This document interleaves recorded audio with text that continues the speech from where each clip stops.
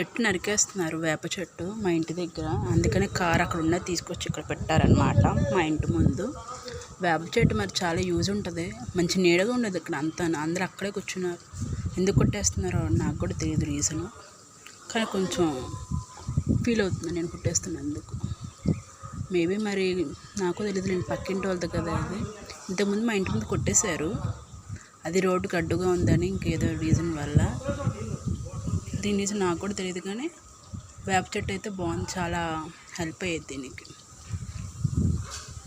ఇది కాదు కానీ మామిడికాయ చెట్టు, కొబ్బరి చెట్టు అయితే అవన్నీ అమ్ముకొని చాలా ప్రాఫిట్ వచ్చేది. దీనివల్ల అయితే అంత ప్రాఫిట్ ఉంటుంది.